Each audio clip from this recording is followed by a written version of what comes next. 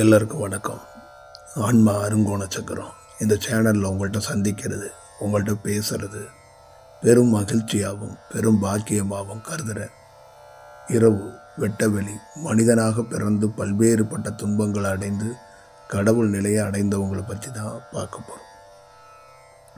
ஒரு தியானத்துக்குள்ளே ரொம்ப ரொம்ப முக்கியமான ஒரு பெரும் செயல் எதை சொல்லுவாங்கன்னா, ஒரு குருவை சொல்லுவாங்க. ஒரு குரு என்பது ஒரு ஈடு இணை இல்லாத செயல் என்று சொல்லுவாங்க.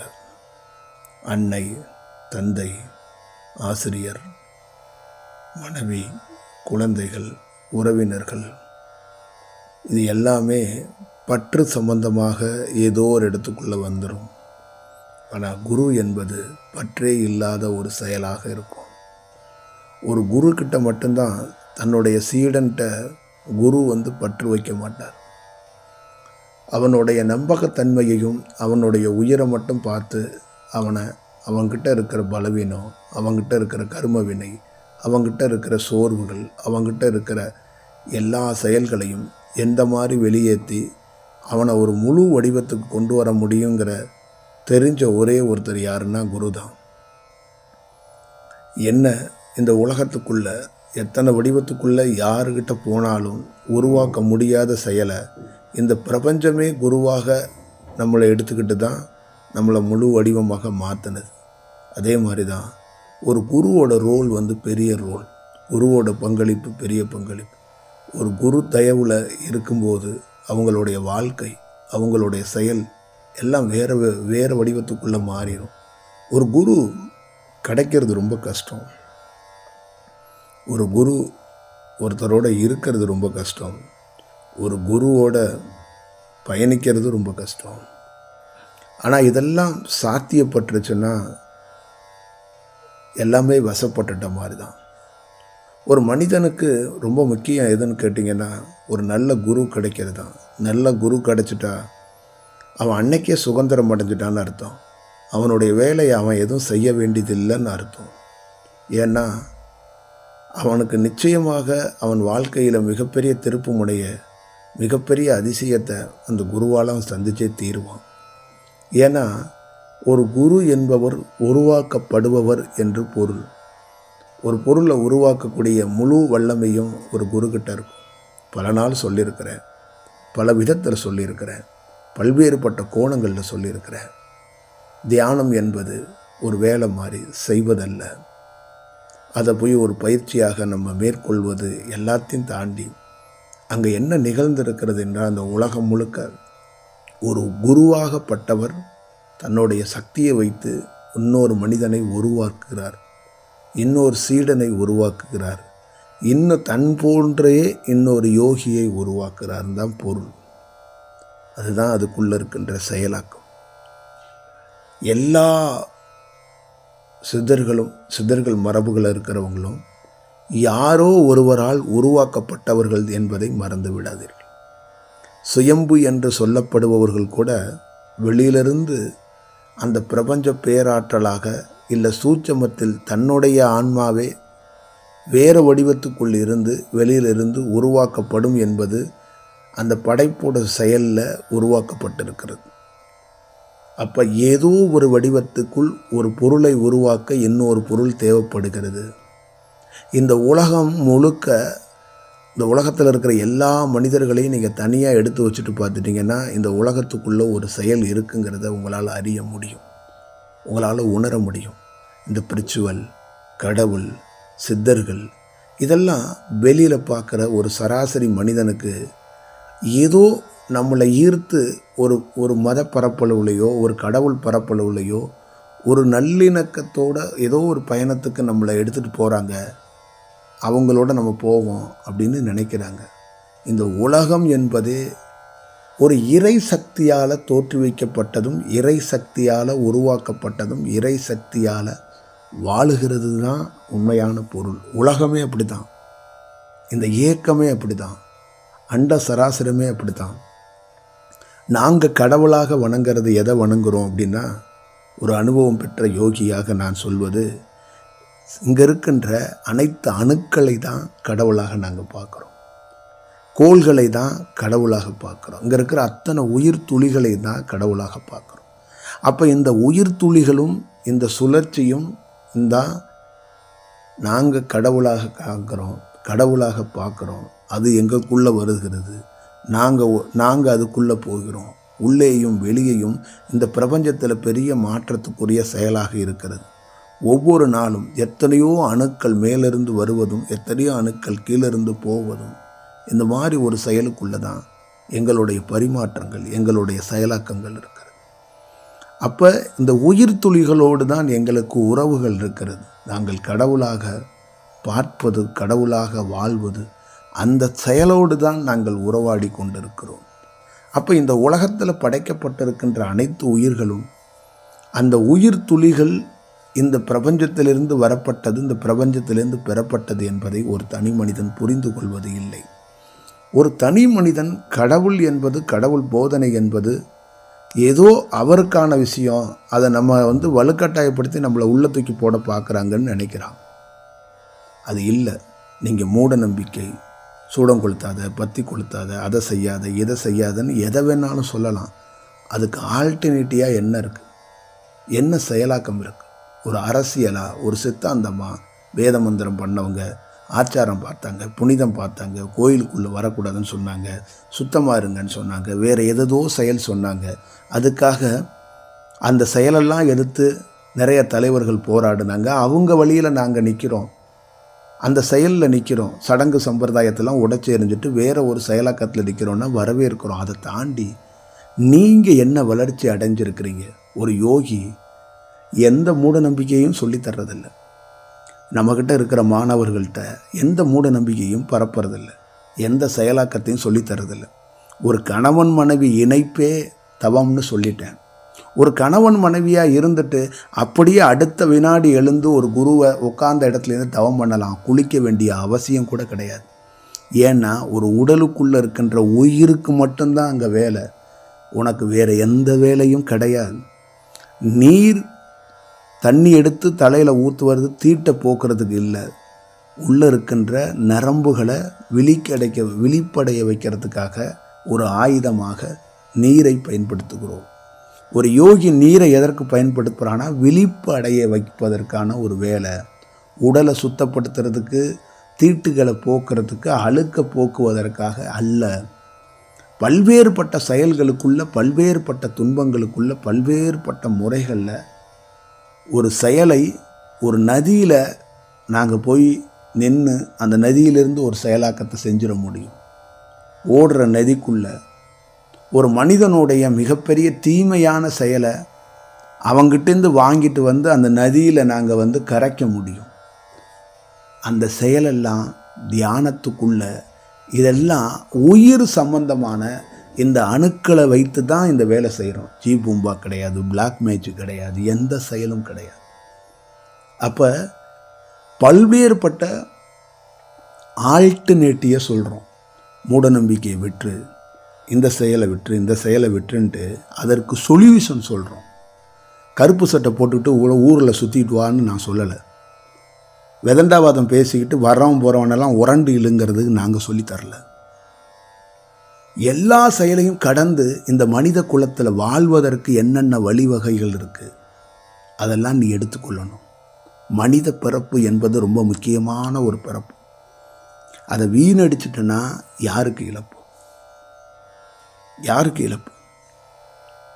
இன்றைக்கி ஒரு வயிற்றில் உருவாகி அந்த கரு வளர்ந்து குழந்தையாக பிறக்கிறது ரொம்ப கடினமாக இருக்குது, பெரிய சவால்குரிய காரியமாக இருக்குது. ஒரு புல்லை பெற்றுக்கிறதே ரொம்ப கஷ்டம். அந்த ஒரு புல்லை பெற்கிறதுக்குள்ளே ரொம்ப பாடுபட வேண்டியதாக இருக்குது. அப்போ ஒரு குழந்தைய ஒரு தாய் வெளியில் பெற்றெடுக்கிறான்னா அந்த குழந்தை இந்த உலகத்தை பயன்படுத்திக்கணுமா, பயன்படுத்தக்கூடாதா? இந்த உலகத்தில் தெரிஞ்சுக்க வேண்டிய அதிசயத்தையும் அற்புதத்தையும் தெரிஞ்சுக்கணுமா, வேண்டியது இல்லையா? மீண்டும் சொல்கிறேன், கருப்பு சட்டை போட்டிருக்கவங்களுக்கும் சேர்த்து சொல்கிறேன், கடவுள் உங்களை வாங்கன்னு சொல்லி திறந்து போட்டுட்டு நீங்கள் வரலன்னா என் வாழ்க்கையே இல்லைன்னு படுத்திருக்கிறவர் கிடையாது. அவர் கட்சி நடத்தலை, மடம் நடத்தலை.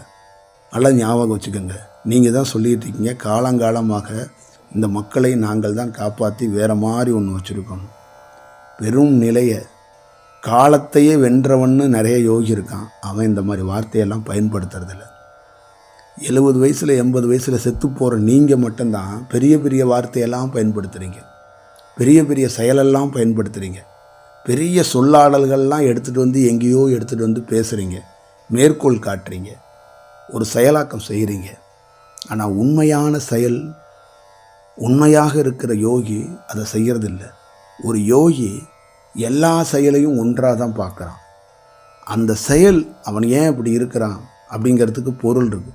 உடனே இங்கே போர் நடக்கக்கூடாது, இங்கே இது நடக்கக்கூடாது, அங்கே அது நடக்கக்கூடாது, அங்கே கொரோனாவே வந்துடக்கூடாது, இதுக்கெல்லாம் உங்கள் குருநாதர் எங்கே போனார், உங்கள் கடவுள் எங்கே போனார், இதெல்லாம் இப்படி அணுகக்கூடாது, இதெல்லாம் இப்படி பார்க்கக்கூடாது.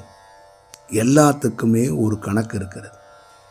பூமி சுற்றிக்கிட்டு இருக்கிறத போய் பார்த்து ஒருத்தனுக்கு பூமி சுற்றுறது தெரிஞ்சிருச்சான். என்ன நீ இவ்வளோ சுலோவாக சுற்றுற, கொஞ்சம் வேகமாக சுற்றினா என்னான்னு பூமியை போய் தள்ள போனானா. அந்த கதையாக தான் இருக்குது இந்த விதண்டாவத. இதெல்லாம் போர் நடக்கிறது, நோய் வர்றது, உலகம் அழியிறது, நீங்கள் சண்டை போட்டுக்கிறது, நீயே ஒன்றை அறியாமல் சுற்றுறது, மதத்தால் ஒரு செயல் செய்கிறது, இதெல்லாம் நிறைய விஷயம் இருக்குது.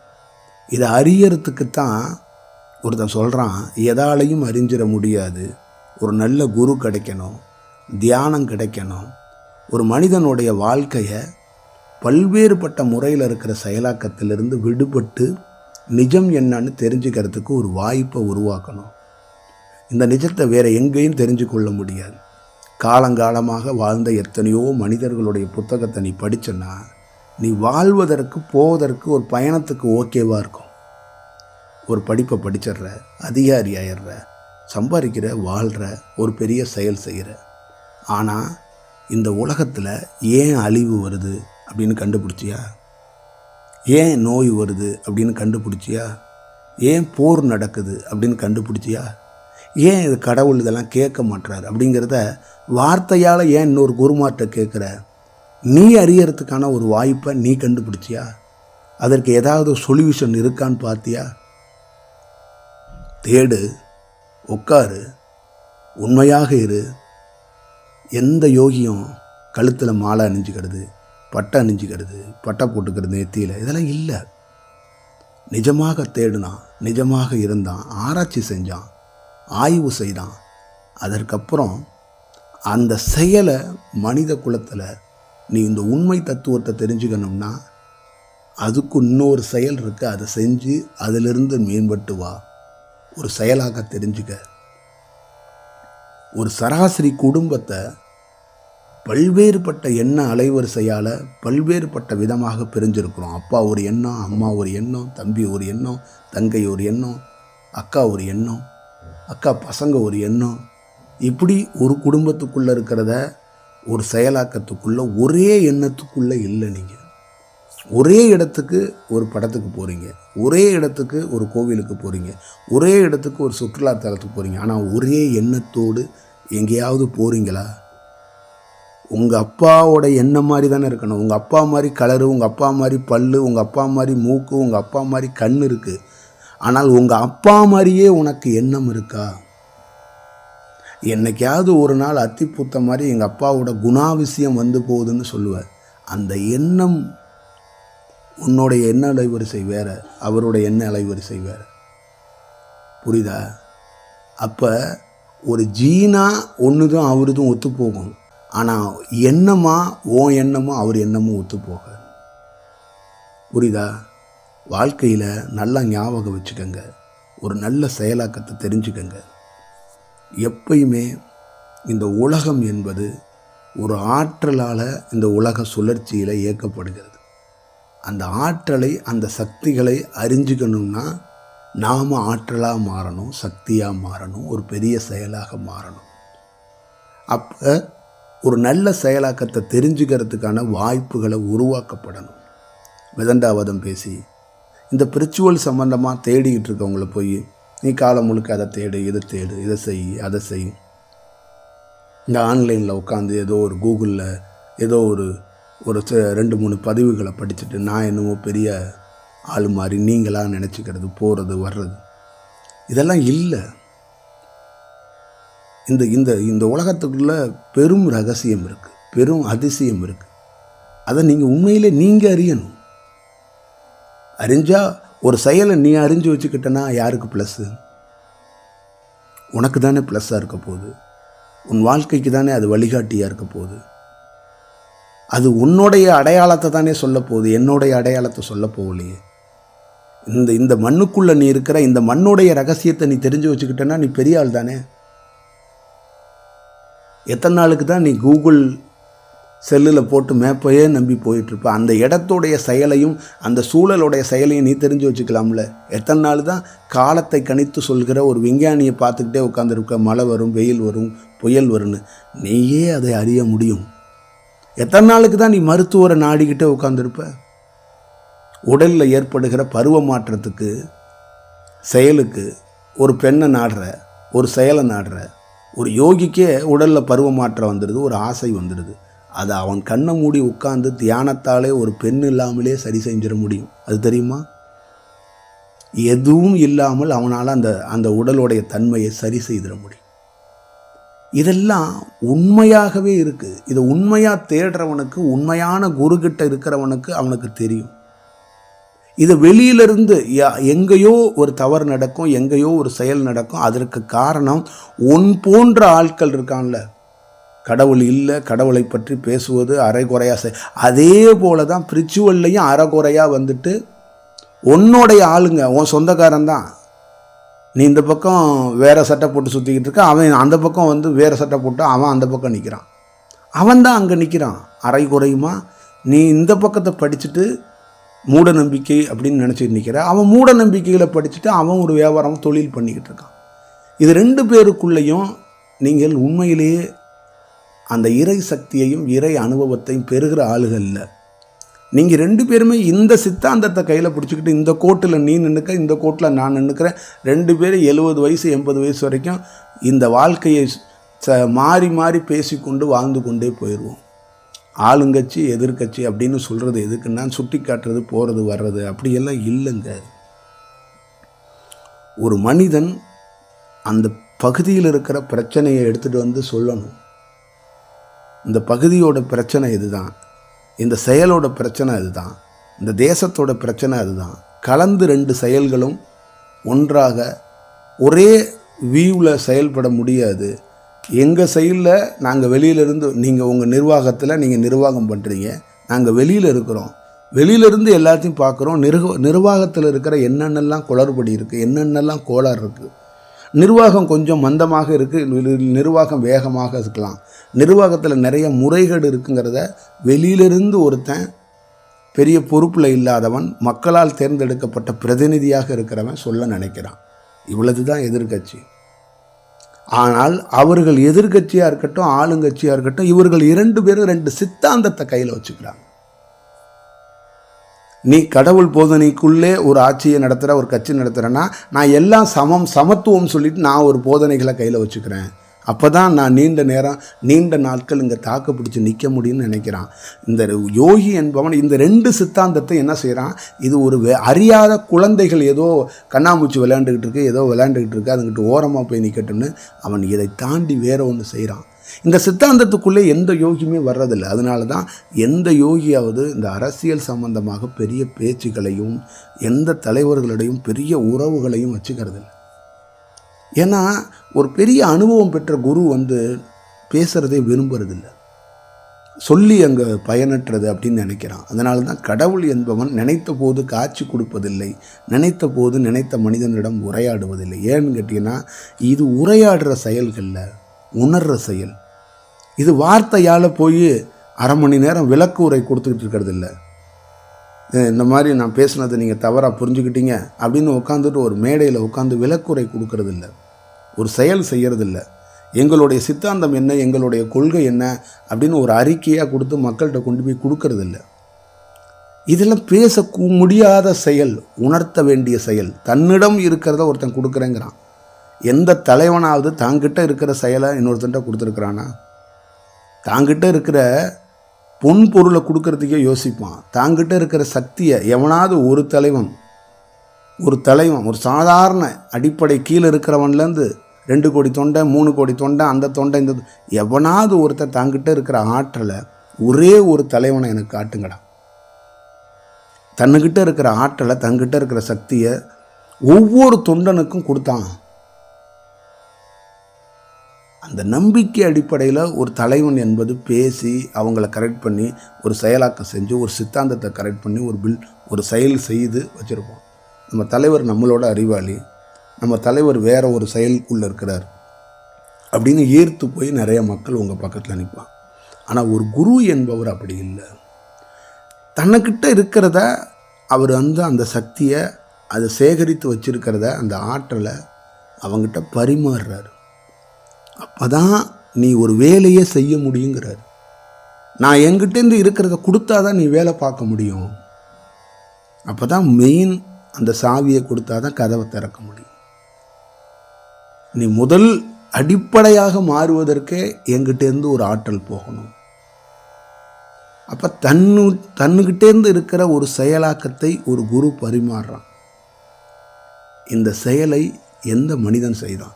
அயரில்லாத 70 வயசு 80 வயசு வரைக்கும் ஊராக போய் கூட்டம் நடத்தினாங்க, பேசுனாங்கன்னு உங்கள் தலைவர்களை எல்லாரும் பேசுவீங்க. ஆனால் எந்த ஆற்றலை எந்த தலைவன் சாதாரண மக்கள்கிட்டையோ சாதாரண செயலாக்கத்துக்குள்ளே செய்தார்? நீங்கள் அடிப்படையாக சொல்லுங்கள். எத்தனை தலைவன் வந்துட்டான்,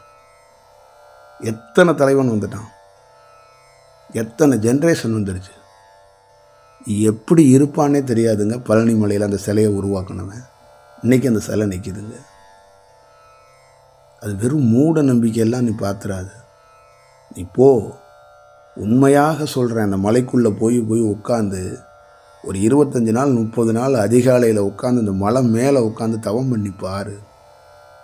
நீ 1500 புத்தகத்தை தனியாக எடை போட்டு உனக்கு வெயிட்டு, உன்னோட வெயிட்டுக்கு எவ்வளோ வெயிட்டோ அவ்வளோ புத்தகத்தை எடை போட்டு உன் ரூமில் கொண்டாந்து ஒரு அறையில் அடுக்கிக்க. பழனியில் ஒரு 40-45 நாள் முடிஞ்சால் 48 நாள் அதிகாலையில் மட்டும் போய் ஒரு மணி நேரம் தனியான ஒரு இடத்துல உட்காந்து மலைக்கு உச்சியில் உட்காந்து தவம் பண்ணு. நீங்கள் உட்காந்து இந்த புத்தகத்தெல்லாம் படி. இந்த 48 நாளில் அறிவு சார்ந்தில் இந்த மலையில் உட்காந்து தவம் பண்ணும்போது உன்னுடைய உடல் ரீதியாக உன்னுடைய மன ரீதியாக என்ன மாற்றத்தை நீ அடைஞ்சிருக்கிறாய் அப்படிங்கிறத நீயே டிசைட் பண்ணு.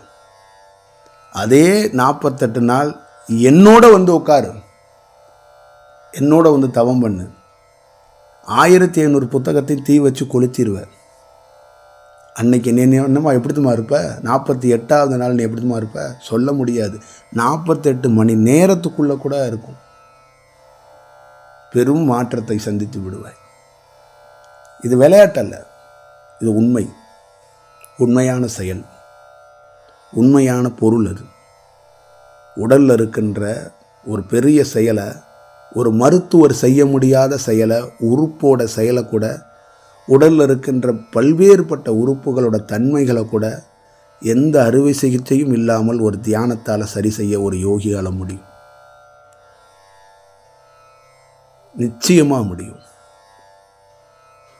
அதனால் எப்பயுமே இங்கு உலகம் முழுக்க இருக்கிற அத்தனை பேரும் இது உலகம் முழுக்க குழப்பத்தில் இருக்கிறாங்க. உலகம் முழுக்க அவங்களுக்கு என்னமோ நாம் என்னமோ அவங்கள நீங்கள் வந்துடுங்க, என்னை பாருங்கள், என்னை குருவாக ஏற்றுக்குங்க, எனக்கு லைஃப் கொடுங்க அப்படின்னு சொல்கிறதாக இங்கே கருதுகிறாங்க. பல்வேறுபட்ட ஆன்மீக தலங்களில், ஆன்மீக செயல்களில் பல்வேறுபட்ட குருமார்கள் இந்த மாதிரி விளம்பர யுத்தியை கையாண்டதுனால எல்லாம் அப்படி தான் இருப்பாங்க.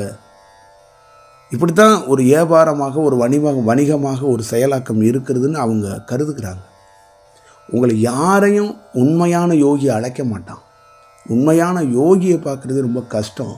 உண்மையான குருவை கண்டுபிடிக்கிறது ரொம்ப கஷ்டம். அதை தான் சொன்னேன், உண்மையான குருவோட இருக்கிறது கஷ்டம். அவனோட இருந்தும் நீங்கள் தன்னை எப்படி பயன்படுத்திக்கணும்னு ஒன்று இருக்கும். அங்கேயும் பல பேர் இருந்து அங்கேயும் ஃபோனை பேசிக்கிட்டு இருப்பான். அந்த குருவோட இருக்கிற நேரத்துலேயே அந்த குருவை பயன்படுத்த மாட்டான், வேறு என்னென்னமோ செஞ்சுக்கிட்டு இருப்பான். வீட்டில் என்ன வேலை செஞ்சானோ அதே வேலையை இங்கே செஞ்சிகிட்டு இருப்பான் குருவோட இருக்கும்போதும். ஏன்னா அவன் சும்மா இருக்க மாட்டான். அதெல்லாம் பெரிய செயல். அதனால தான் ஒரு குரு கிடைப்பது என்பது அவ்வளோ பெரிய சாமானிய காரியம் இல்லை. ஒரு குரு நினைச்சா என்ன வேணாலும் செஞ்சிட முடியும். ஒரு கடவுளை நீங்கள் நேரடியாக பார்த்துட முடியாத குரு வடிவத்தில் தான் ஒரு கடவுளை பார்க்க முடியும். கடவுள் என்பது ஒரு குருவாகத்தான் ஒரு மனித செயலுக்குள்ள ஒன் போன்ற ஒரு செயலுக்குள்ளே தோற்றி வைத்து ஒன் பக்கத்திலே அருகாமையிலேயோ உன் நகரங்கள்லேயோ சுற்றி வருவதற்கான வாய்ப்புகளை உருவாக்கி வச்சிருக்கிறார். நீங்கள் அதை புரிஞ்சுக்கணும். நமக்கு ஒரு பிடிச்சா போய் வேலை செய்கிறது எல்லாம் தாண்டி இதுக்குள்ளே அறிவு சார்ந்து அறிவியல் சார்ந்து என்ன சொல்கிறது அப்படின்னா, நமக்கு ஒன்று தேவைப்பட்டே ஆகணும். இது தேவைப்படும். நீ நல்லா ஞாபகம் வச்சுக்க, நீ ஒருத்தரை சார்ந்து தான் வாழ்வ. நான் யாரையும் சாரலைங்க, நான் படிச்சிருக்கேன், எனக்கு வேலை கிடைக்கும். சரிப்பா, காலையில் நீ படிச்சிருக்க, காலையில் வேலைக்கு போகிற, 5 லட்ச ரூபா சம்பளத்துக்கு போகிற, கடுமையான மழை வரும், வெளியில் போகாதுன்னு வானிலை சொல்லிட்டான். இப்போ நீ போக முடியாது. வீட்டில் கரண்ட் இல்லை, டவர் இல்லை, எதுவும் இல்லை. நீ ஒரு முக்கியமான வேலையை 1 ஹவரில் முடிக்கணும். இது என்ன பண்ணுவ? சரி, மெசேஜ் போட்டு உக்காந்துக்குவ. என்ன பண்ணுவ? ஃப்ரெண்ட்ஸோட இல்லை எங்கள் அந்த வீட்டுக்குள்ளே இருந்து நீ உன் வேலையை செய்வ. அதையே ஒரு நல்ல குருவிடம் இருந்து தியானத்தை நன்கு கற்றவனாக இருந்தால், வானிலை இப்படி சொல்லியிருக்கிறாங்க, 1 மணி நேரம் கழித்து இந்த மழை நிற்குமா, ஃபுல் டே பெய்யுமா, இந்த பயணத்தை நான் சாலையில் மேற்கொள்ளட்டுமா, இந்த வேலையை போய் பண்ணட்டுமா வேண்டாமான்னு ஒருத்தன் உட்காந்துட்டான்னு வச்சுங்களேன், உட்காந்து ஒரு 15 நிமிஷம் அப்படி பார்த்தானா அவனுக்கே இந்த செயல் தெரிஞ்சிடும். அவனுக்கே தெரிஞ்சிடும். அதற்கப்புறம் அவன் வானிலை தேவைப்பட மாட்டான். எந்த வானிலையை கேட்டுட்டு யோகிகள் வேலை செஞ்சான். இப்போ நாங்கள் போய் உட்காந்துட்டு நாசாவிலையோ இல்லை வேறு எங்கேயாவது ஒரு இடத்துல வானிலை மையத்திட்ட கேட்டுக்கிட்டு வந்து ஒரு செயலை சொல்லிக்கிட்டு இருக்கோமா? இந்த கோள்களை பற்றி அங்கே போய் கேட்டு வந்து பஞ்சாங்கம் எழுதி நாங்கள் ஒரு வேலை செஞ்சுக்கிட்டு இருக்கோமா? இதுதான். அப்போ ஒரு தாய் ஆபத்தான நிலையில் இருக்கிறா மருத்துவமனையில், உடனே ஆப்ரேஷன் பண்ணி ஆகணும். நீ அமெரிக்காவில் இருக்கா, தாய் இந்தியாவில் இருக்கிறா. நீ கடவுளை வேண்டாம், எந்த செயலும் செய்ய வேண்டாம். உண்மையாக குருவோடு தியானம் பழகினவனாக இருந்து நல்ல ஒரு செயலுக்குள்ளே இருந்தால், நான் இங்கிருந்து பிரயாணித்து அங்கே வரணுமா, என் தாயே அது குணமாவாளா அப்படிங்கிறதெல்லாம் உட்கார்ந்த இடத்துலேருந்து நீ தெரிஞ்சுக்கொள்ளணும். நான் இதை தான் சொல்லிட்டேன். ராமேஸ்வரத்தில் சத்சங்கம் உடனே வாங்கன்னு என் தந்தையை சொல்லும்போது என் அனுமதி இல்லாமல் அவர் உயிர் பிரியாது. அப்போ என்னுடைய அனுமதி இல்லாமல் அவர் உயிர் பிரியாதுங்கிறதுக்காக தான் சத்சங்கத்தை நடத்திக்கிட்டே இருந்தேன். உறவினர்கள் எல்லோரும் இந்த போயிடுவாங்க, இந்த இறந்துடுவார்.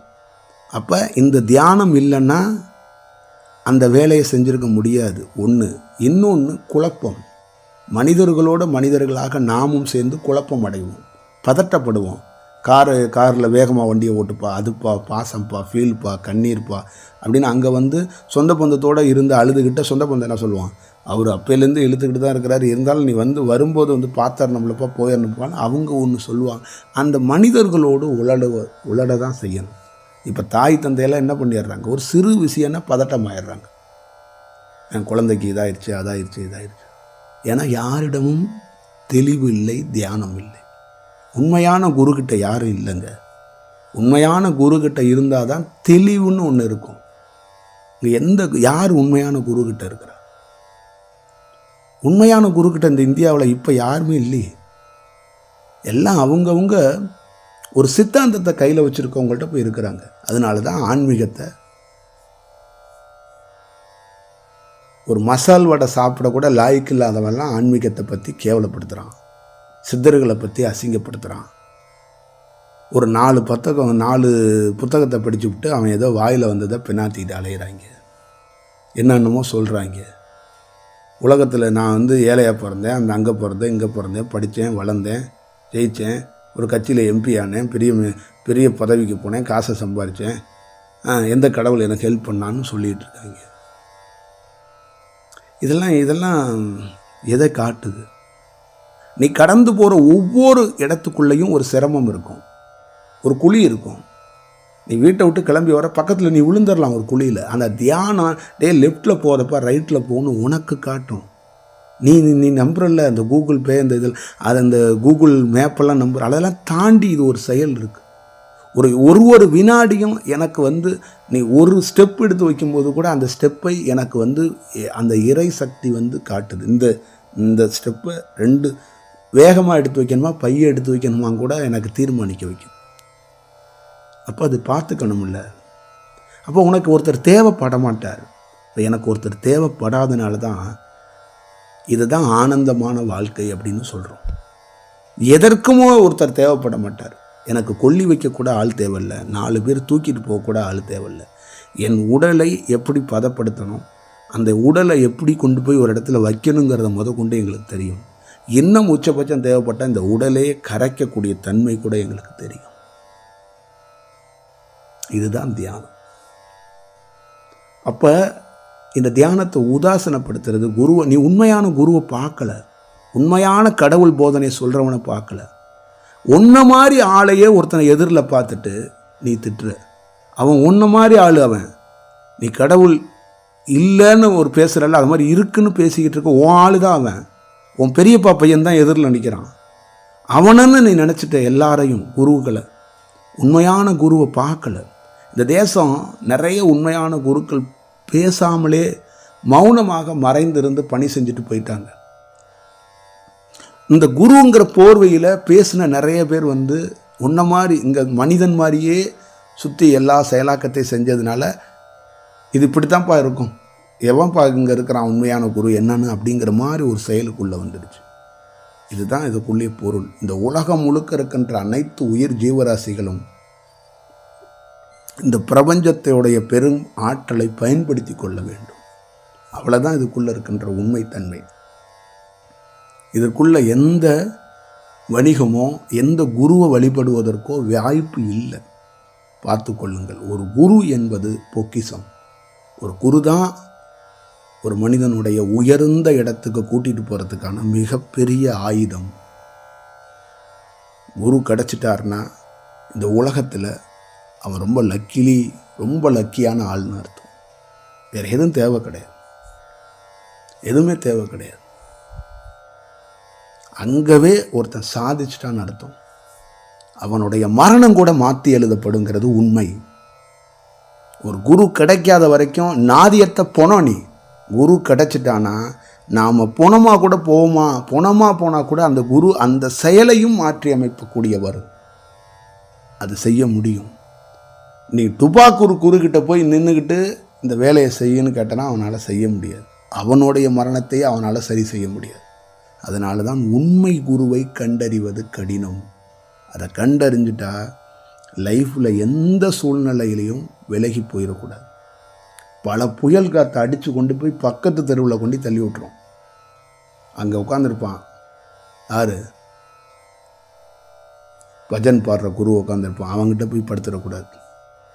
புயல் அடிக்கும், மழை அடிக்கும், வெள்ளம் அடிக்கும், எல்லாம் அடிக்கும். இந்த குருவே தன்னுடைய அவரே கூட தான் நிஜம் இல்லைங்கிற மாதிரி கூட ஒரு பிம்பத்தில் காட்டுவார். இதெல்லாம் கடந்து ஒருத்தன் நிற்கணும். நின்றுட்டான்னு வச்சுக்க, அவ்வளோதான், அவன் லைஃப் வேறு. ஒரு நல்ல செயலாக்கத்தில் சந்திப்போம். நீங்கள் பார்த்து கொள்ளுங்கள். உலகம் முழுக்க இருக்கின்ற எல்லா மனிதர்களுக்கும் காமனாக சொல்வது, உங்கள் லைஃப்பை நீங்கள் பார்த்துக்கணும். இதோடைய எண்டில் இருக்கிற ஒரே ஒரு மெசேஜாக தான், யாரும் யாரை வணங்குவதற்காக அல்ல, ஒரு தனி மனிதன் தன்னை தற்காத்து கொள்வதற்கு இன்னொருத்தரை நாடக்கூடாதுங்கிறது தான் இந்த இறை தோற்றத்தில் சித்தர்கள் சொல்கிற வார்த்தை.